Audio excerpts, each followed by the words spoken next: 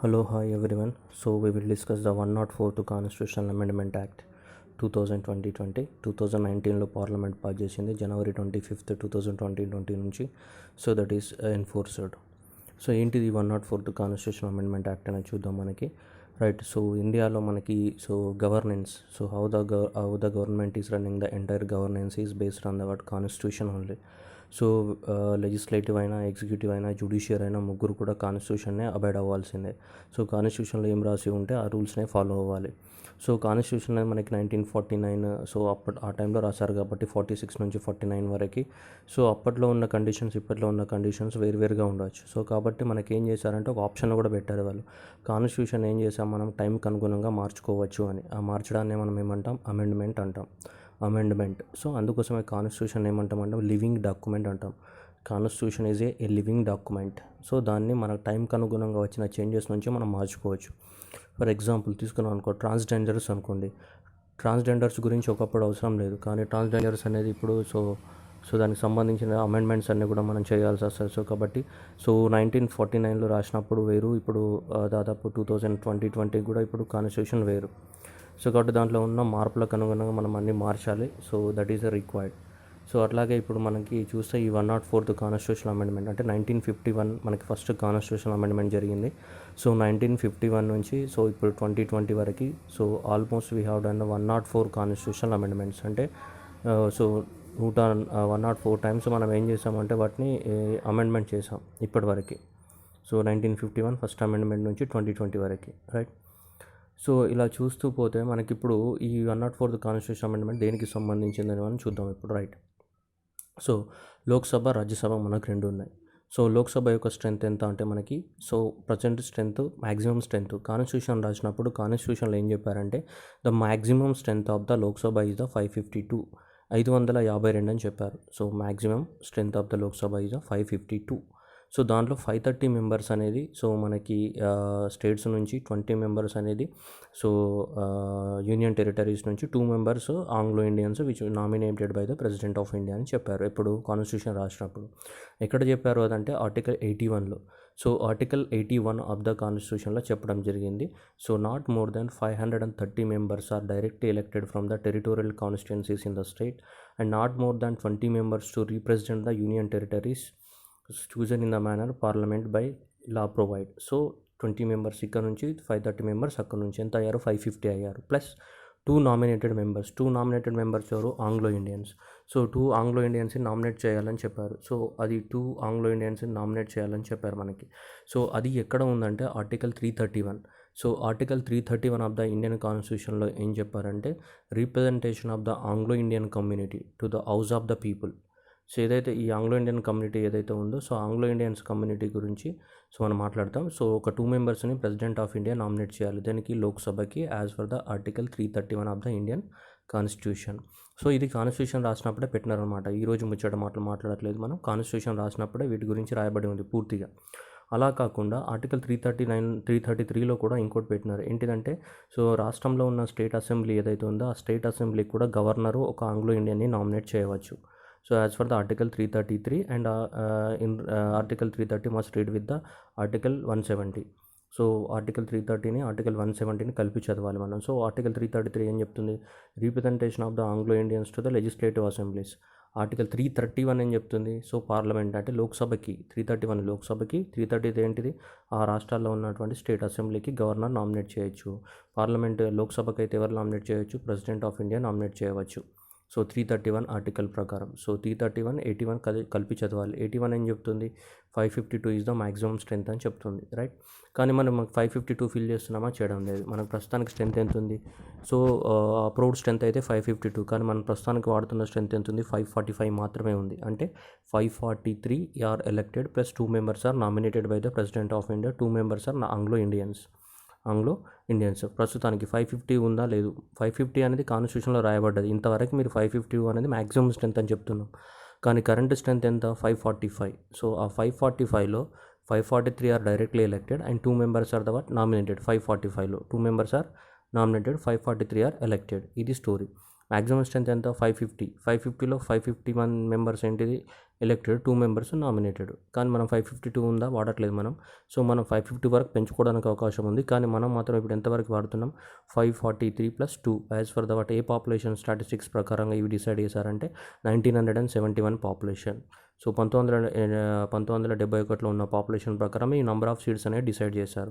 So 1971లో population ఎంత ఉంది ఇండియాలో అంటే మనకి 55 కోట్లు, 55 crores ఆఫ్ ద పాపులేషన్ ఆ రోజులలో. సో వాటి ప్రకారం ఇది డిసైడ్ చేశారనమాట. సో ఇది ఇప్పుడు ఎందుకు న్యూస్లో ఉందన్నది మనకి important. So that is we need to discuss now, right.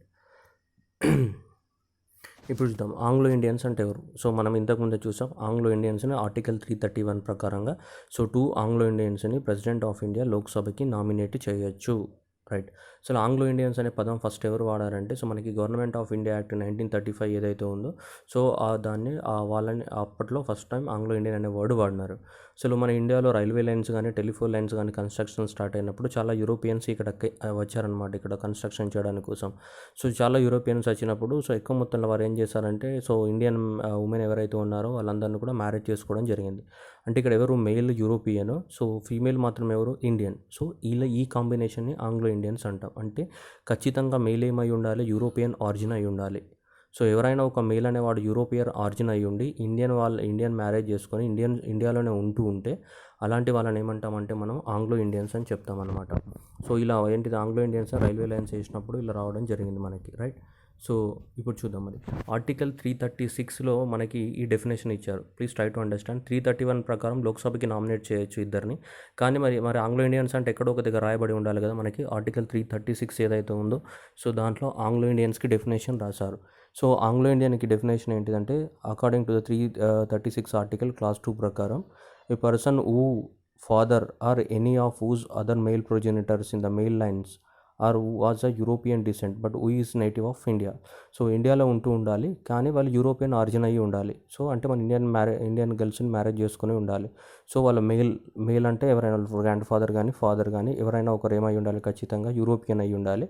So plus వాళ్ళు ఇండియాలో నివాసం ఏర్పరచుకుని ఉండాలి. అట్లాంటి వాళ్ళని ఏమంటాం మనం ఆంగ్లో ఇండియన్స్ అని చెప్తుంటాం, రైట్. ఆంగ్లో ఇండియన్స్ నిజంగా ఇప్పుడు మరి మనకు స్వతంత్రం వచ్చిన కొత్తలో 1947లో ఆంగ్లో ఇండియన్స్ ఉన్నారు. కానీ ఇప్పుడు 70 years of the Indian constitution అయిపోయింది. 1950 నుంచి ఇప్పటివరకు 70 years అయిపోయింది కాన్స్టిట్యూషన్ మనకి ఇంప్లిమెంట్ చేసి. ఇప్పుడు 70 years తర్వాత పెద్దగా ఆంగ్లో ఇండియన్ పాపులేషన్ లేదు మన భారతదేశంలో. సో ఇప్పుడు 2011 సెన్సస్ ప్రకారం తీసుకుంటే ఆంగ్లో ఇండియన్ పాపులేషన్ ఇండియాలో 297 ఉంది. 297 మంది మాత్రమే ఉన్నారు సో ఆంగ్లో ఇండియన్స్. సో అసలు ఆంగ్లో ఇండియన్స్ని ఎందుకు నామినేట్ చేయాలి, మరి ఎలక్ట్ చేయొచ్చు కదా అంటే ఆంగ్లో ఇండియన్ పాపులేషన్ అనేది ఇప్పుడు తెలుగు వాళ్ళు అనుకోండి, అందరూ ఆంధ్రప్రదేశ్ తెలంగాణ రాష్ట్రాలలో తెలుగు మాట్లాడే వాళ్ళందరూ, గుజరాతీ మాట్లాడే వాళ్ళందరూ ఒక్క చోట ఉన్నారు. అట్లాగే మలయాళీ మాట్లాడే వాళ్ళందరూ ఒకే చోట కేరళలో. అట్లాగే ఆంగ్లో ఇండియన్స్ అందరూ ఒక్క చోట ఉండాలి. ఆంగ్లో ఇండియన్స్ అందరూ ఒక్క చోట ఉంటే వాళ్ళకి డైరెక్ట్ ఎలక్షన్ పెట్టచ్చు. కానీ అలా లేరు. ఆంగ్లో ఇండియన్స్ అనేవాళ్ళు రకరకాల స్టేట్లలో ఒక్కొక్క దగ్గర 10 మంది 20 మంది 50 మంది ఇట్లా ఇండియా మొత్తం డిస్ట్రిబ్యూట్ అయి ఉన్నారు ఆంగ్లో ఇండియన్స్. సో కాబట్టి వాళ్ళకంటే ఒక పర్టికులర్ లొకేషన్ లేదు, అన్ని స్టేట్లలో ఉన్నారు. కాబట్టి ఎలక్షన్ పెట్టడం ఇంపాసిబుల్. సో కాబట్టి అందుకోసం వాళ్ళని ఏం చేస్తారు అంటే వాళ్ళందరి తరపు నుంచి ఒకరిని నామినేట్ చేస్తారు లోక్సభకి, ఇద్దరిని నామినేట్ చేస్తారు. ఏ రాష్ట్రాలలో అయితే ఆంగ్లో ఇండియన్స్ ఉంటారో వాళ్ళు కూడా ఒక పర్సన్ని వాళ్ళ అసెంబ్లీకి నామినేట్ చేసుకోవచ్చు. లోక్సభకి అయితే ఇద్దరిని నామినేట్ చేయొచ్చు. సో దేని ప్రకారం ఆర్టికల్ 331 ప్రకారము, right. Anglo Indians. So Anglo ఇండియన్స్ని ఆర్టికల్ 331 ప్రకారం మనము నామినేట్ చేయొచ్చు. గవర్నర్ కూడా నామినేట్ చేయొచ్చు ఒకరిని వాళ్ళ రాష్ట్రాలలో ఉన్న స్టేట్ అసెంబ్లీకి ఆర్టికల్ 333 ప్రకారంగా. ఓకే, ఇక్కడ క్లారిటీ మెయింటైన్ చేయండి. ఇప్పుడు ఆల్రెడీ 2011 సెన్సస్ ప్రకారం ఏంటిది మనకి వాళ్ళ 297 మెంబర్స్ ఉన్నారు. 297 మెంబర్స్కి ఇద్దరు మెంబర్స్ అవసరం అనేది ఇప్పుడు క్వశ్చన్ మార్క్. సో ఇద్దరు members, right. Next, so Anglo Indian communities created organisation known as the all India Anglo Indian association అనేది సో 1876లో ఫామ్ అయింది. So all India Anglo Indian association అనేది. సో దానికి ప్రెసిడెంట్ ఎవరంటే Frank Anthony. So Frank Anthony born in the Jabalpur, chairman of this organisation. So article 331 ప్రకారం ఇద్దరు Anglo Indians nominate చేయొచ్చు కదా. సో ఇతను 7 times నామినేట్ అయ్యాడు అనమాట. Longest served so Anglo Indian community in the Lok Sabha ఇతని ఫ్రాంక్ యాంటోనీ. సో దాదాపు మనకి 7 సార్లు నామినేట్ అయ్యాడు అనమాట లోక్సభకి ఆంగ్లో ఇండియన్ కమ్యూనిటీ నుంచి. సో మనం చూస్తే ఫస్ట్ టైం ఎప్పుడు నామినేట్ చేశారు ఇద్దరు ఆంగ్లో ఇండియన్స్ అంటే 1951 నుంచి 52 that is the first Lok Sabha. So దాని ప్రకారం ఫ్రాంక్ ఆంటోనీ, ఏఈటీ బ్యారో, సో ఇద్దరు ఇండిపెండెంట్ మెంబర్స్ వాళ్ళని నామినేట్ చేశారు ఫస్ట్ మెంబర్స్. సో అది ఇంపార్టెంట్ అంతే, మనకి మిగతా అవసరం లేదు. 2004 లాస్ట్ ఎవరంటే మొన్న రీసెంట్గా భారతీయ జనతా పార్టీ వచ్చేసి George Baker and Richard Hay.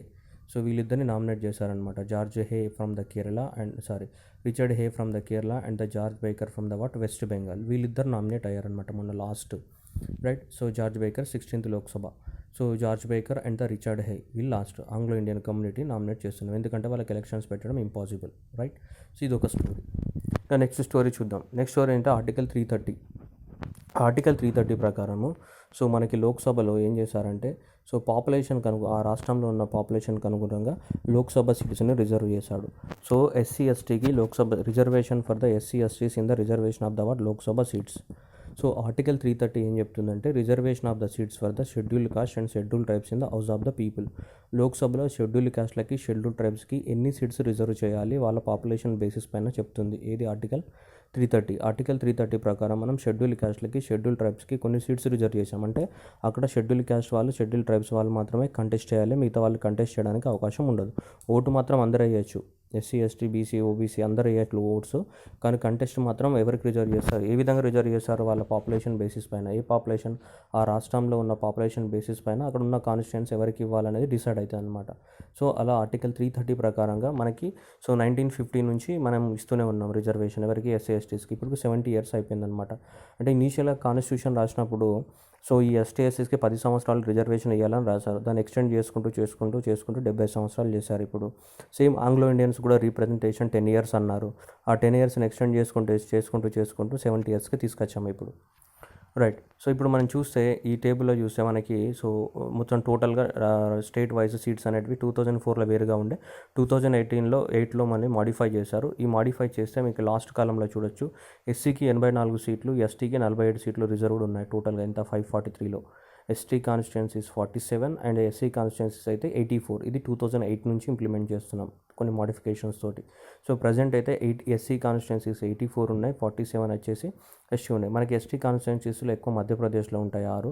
So SC constituencies ఉత్తరప్రదేశ్లో 17 ఉన్నాయి. సో ఇక్కడ మీరు చూసుకోవచ్చు 17 ఉత్తరప్రదేశ్లో ఉన్నాయి. సో తర్వాత వెస్ట్ బెంగాల్లో 10 ఉన్నాయి. సో నెక్స్ట్ ఇక్కడ చూస్తే మనకి సో మధ్యప్రదేశ్ చూడొచ్చు, మధ్యప్రదేశ్లో 6 ఉన్నాయి ఎస్టీ కాన్స్టిట్యుయెన్సీస్. ఎస్సీ కాన్స్టిట్యుయెన్సీస్ 17 ఉన్నాయి. ఇక్కడ ఉత్తరప్రదేశ్లో హైయెస్ట్ అనమాట.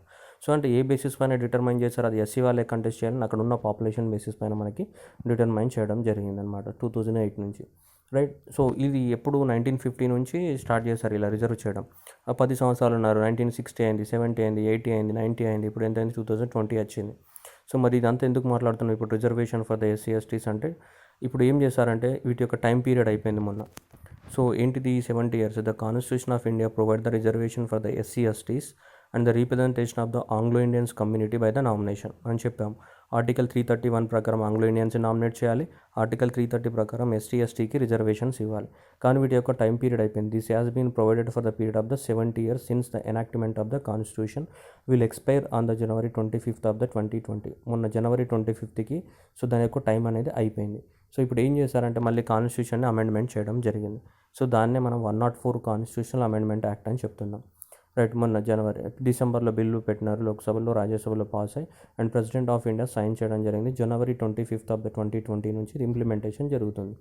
దీని ప్రకారం ఏంటిదంటే ఎస్టీ ఎస్సీ యొక్క రిజర్వేషన్స్ ఎక్స్టెండ్ చేశారు బై 10 years. నెక్స్ట్ 10 సంవత్సరాల వరకు ఇంకా ఎస్సీ ఎస్టీకి రిజర్వేషన్స్ కొనసాగుతాయి దీంట్లో లోక్సభ సీట్స్ అలొకేషన్స్లో.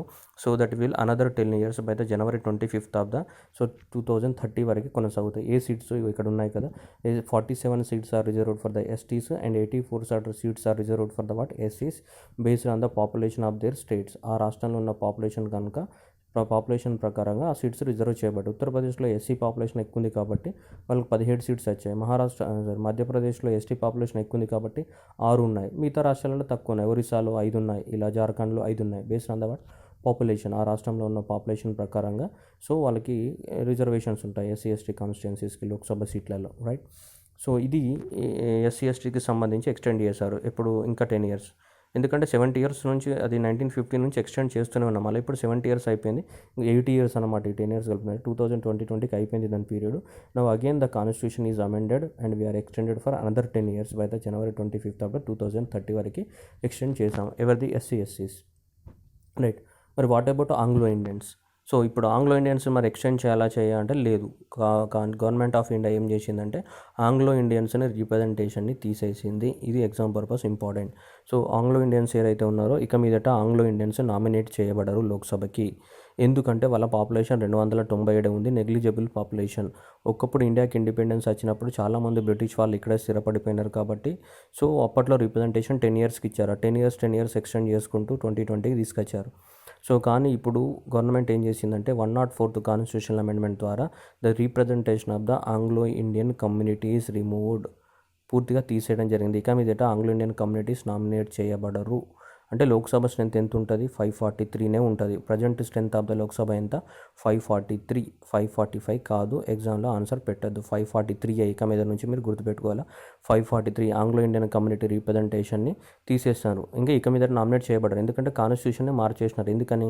ఆంగ్లో ఇండియన్స్ ఇండియాలో లేరు కాబట్టి వాళ్ళ తరపు నుంచి నామినేట్ చేయాల్సిన అవసరం లేదు, ఎందుకంటే 297 ఉంది పాపులేషన్ కాబట్టి అవసరం లేదని సో పక్కన పెట్టేశారు. సో కాన్స్టిట్యూషన్ అమెండ్మెంట్ చేసి తీసేయడం జరిగింది Anglo Indian representation. So last మొన్ననే 2014లో నుంచి 2019 వరకు ఉన్నారు లాస్ట్ రిప్రజెంటేషన్. ఇప్పుడు ఈ 17th లోక్సభలో నుంచి మొత్తం ఏమైంది? రద్దు అయిపోయింది. ఆంగ్లో ఇండియన్ కమ్యూనిటీకి రిప్రజెంటేషన్ లేదు. అంటే లోక్సభ యొక్క స్ట్రెంత్ ఎంత ఇప్పుడు? 543. All 543 members are what? Elected only. ఇక మీద నుంచి లోక్సభలో నామినేటెడ్ మెంబర్స్ లేరు. సో 104th కాన్స్టిట్యూషన్ అమెండ్మెంట్ ద్వారా 2 చేంజెస్ తీసుకొచ్చారు. ఒకటి, extension of the SC/ST reservation for the another 10 years and removal of the Anglo Indian representation in the what?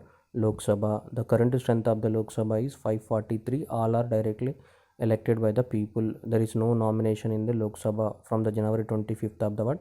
2020 నుంచి ఇంకా నామినేషన్స్ లేవు. ప్రెసిడెంట్ నామినేట్ చేయడు ఎవరిని? వీళ్ళని. ఎందుకంటే నామినేట్ చేయడానికి ప్రొవిజనే లేదు కదా, ప్రొవిజన్నే తీసేసాం మనం. ఇక మీదట అంటే ఏ ప్రొవిజన్? 331.